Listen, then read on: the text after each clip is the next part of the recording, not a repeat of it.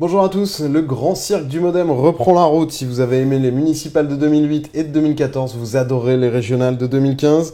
Puisque les centristes s'éparpillent encore façon puzzle, on les retrouvera sur les listes de Kéran, de Wauquiez et peut-être même sur une liste autonome.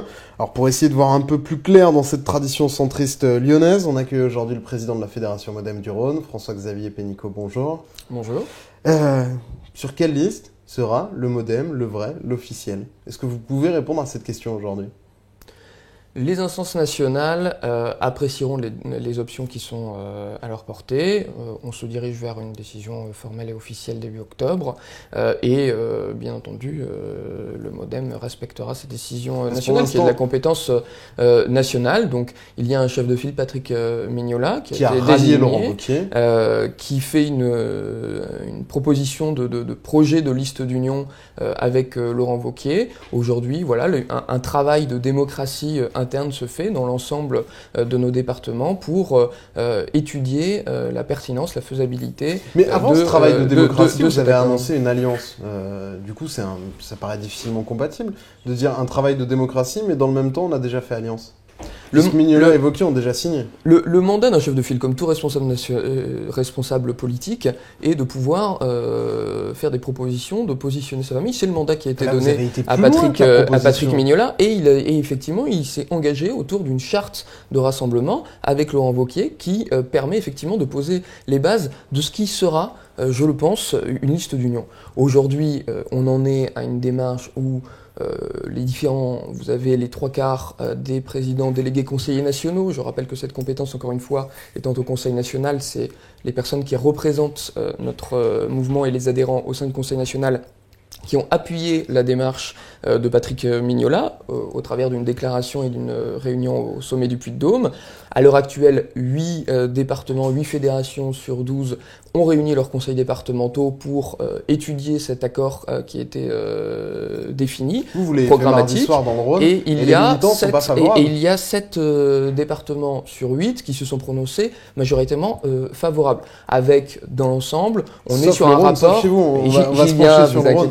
Avec dans l'ensemble un rapport où vous avez un peu plus de 30% qui souhaitent la relance d'une dynamique indépendante, ainsi que le propose dans le Rhône quelqu'un comme Cyril Isaac-Sibylle, et près de 70% qui se sont exprimés en faveur, pour l'instant, au moment où on en est, d'aller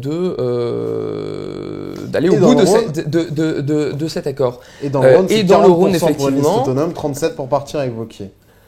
C'est ça, voilà, il y a une préférence qui s'est exprimée au sein du Conseil départemental du Rhône dans le sens d'une relance d'une liste indépendante avec une majorité qui est somme toute relativement ténue, mais qui annonça avec en fait 3 options qui ont été soumises au Conseil départemental.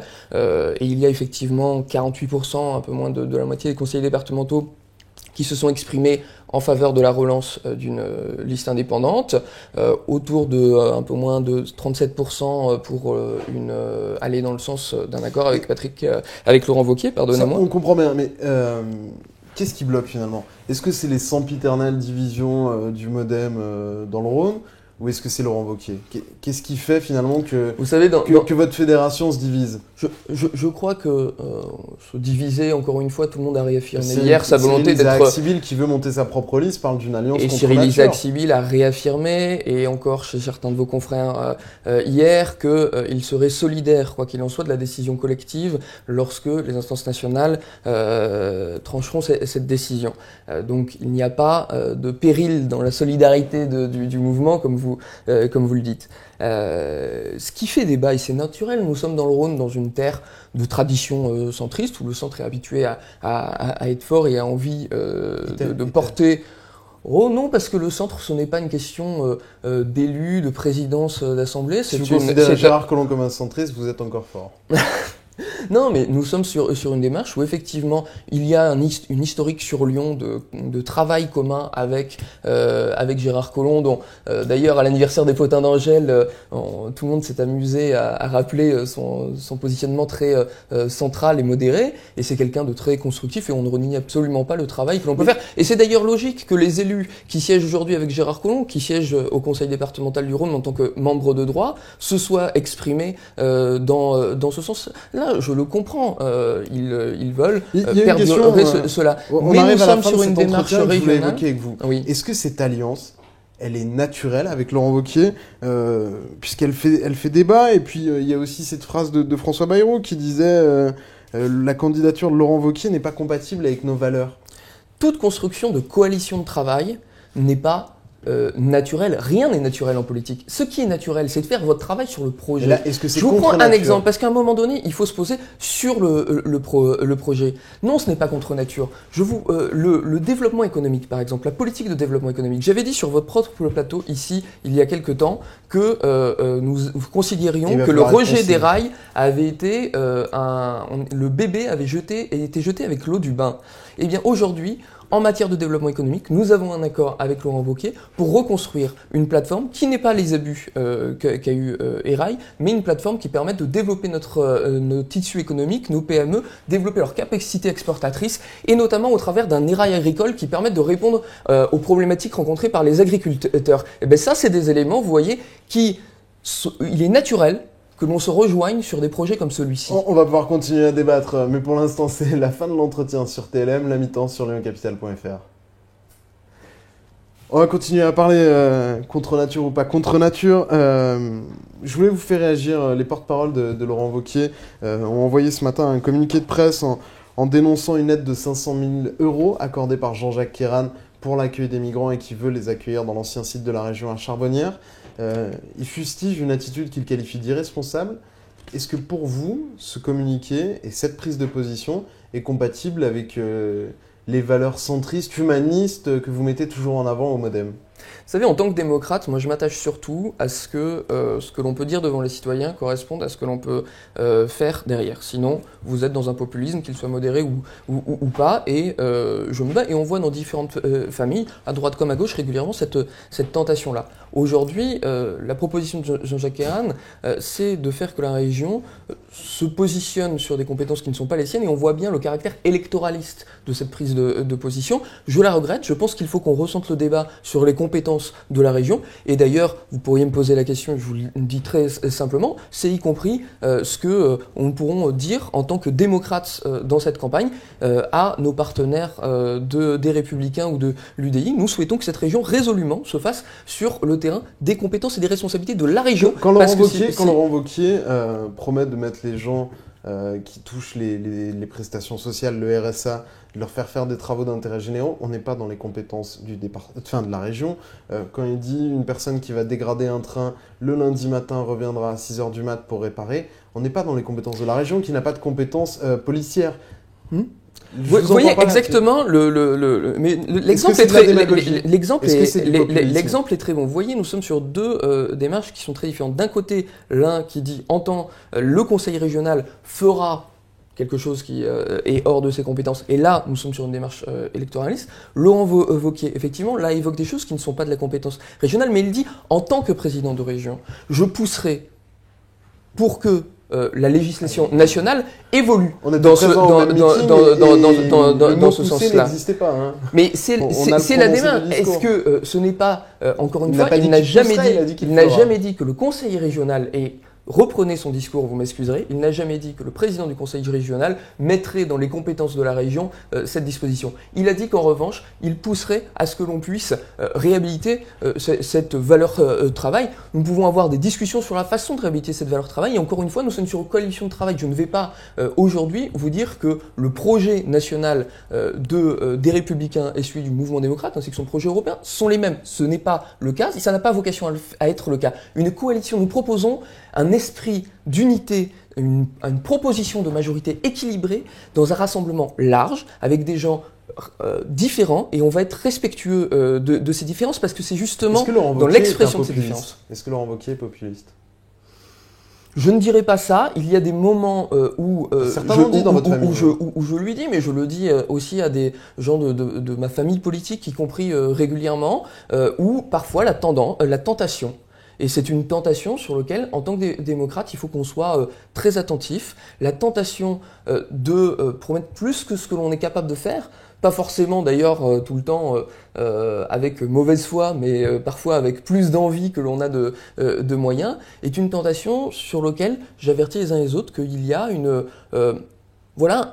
un risque. Et je crois que si on veut rétablir le lien de confiance entre les citoyens et le politique, il faut que le politique s'impose cette règle de faire des choses qu'il peut tenir et de ne pas se laisser aller à cette tentation. Vous savez, tous les jours, je reçois des messages de gens qui me demandent « Positionnez-vous dans le cadre des régionales sur telle ou telle chose. Est-ce que je vais pouvoir avoir un dodan en face de ma maison? Est-ce que la région va pouvoir faire que y ait un deuxième aéroport international à Loud, etc. » Eh ben, je leur dis non. Parce qu'il faut pouvoir aussi dire non aux citoyens, sinon vous ne le respectez pas dans son exercice de citoyen.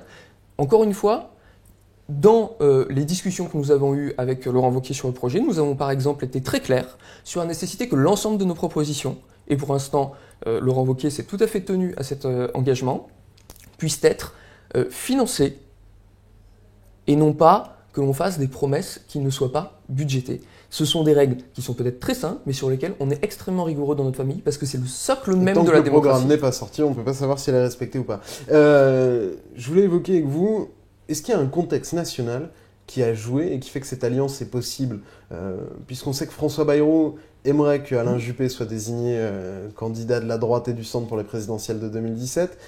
Est-ce que c'est finalement le premier pas de ce rapprochement? Est-ce que vous êtes finalement sacrifié sur l'autel de 2017, les centristes et le MoDem? Sacrifié, je ne le crois pas. Mais vous avez tout à fait raison, et ce serait là encore mentir que de le nier. Il y a un contexte national. Il y a un contexte national sur lequel, y compris, on retrouve des résonances locales. C'est un contexte national d'un parti socialiste qui a fait le choix, alors que des mains ont été tendues pour faire les réformes institutionnelles nécessaires à ce pays pour rétablir un fonctionnement démocratique ou une proportionnelle qui permette d'exprimer l'ensemble des courants d'opinion de ce pays puisse exister.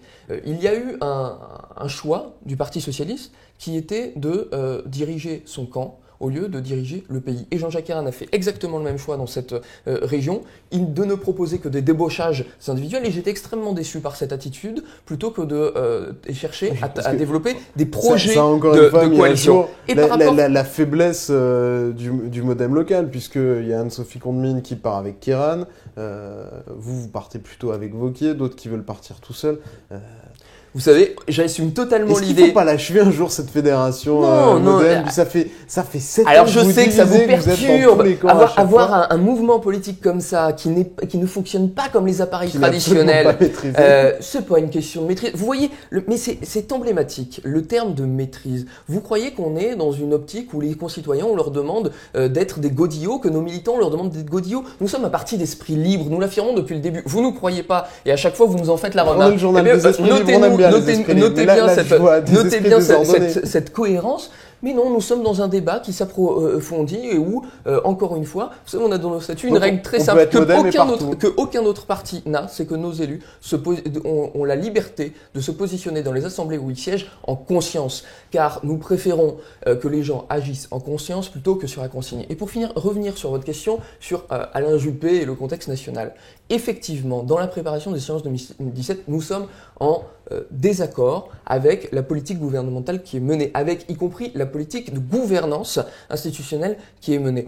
Nous avons fait le choix, effectivement, de faire des propositions, encore une fois, comme nous l'avons fait par le passé, de construire une nouvelle majorité d'esprit d'union nationale. Et François Bayrou a pensé, et je pense, que Alain Juppé a une personnalité qui permettrait de faire une majorité à l'image de ce à quoi on aspire. Alors, bien entendu, il y a aujourd'hui des discussions et des conséquences région par région assez dynamiques de majorité nouvelle qui se préparent dans ce qu'il pourrait être proposé en 2017. Je ne vois pas de problématique à ça. On a une opposition par rapport à la politique gouvernementale et on a une opposition par rapport aux méthodes sectaire malheureusement, et du moins qui ne s'appuie pas sur l'intérêt régional dans notre région. Encore une fois, je vous le dis, j'avais des attentes bien meilleures vis-à-vis de Jean-Jacques Ayrault. Je pensais qu'avec l'expérience qu'il avait, il aurait été capable de s'élever au-dessus de ces considérations. On voit bien, et vous voyez bien aujourd'hui, quand le Parti Socialiste annonce dans le Rhône que 20 candidats se mettent en retrait, vous voyez bien la façon dont il s'intéresse avant tout à leur étiquette plutôt qu'à l'intérêt régional. On a essayé, pardonner cette originalité, de nous intéresser plus aux intérêts régionaux et effectivement de mettre un petit peu de côté des désaccords sur des sujets qui ne sont pas liés à l'intérêt de notre territoire et de notre région. Merci beaucoup d'avoir répondu à notre question et vous pourrez suivre les développements du MODEM sur le site lyoncapital.fr. On vous tiendra informé de la position officielle du parti et des positions individuelles de chacun puisque chacun peut faire ce qu'il veut. Merci beaucoup et bonne journée à tous. Au revoir.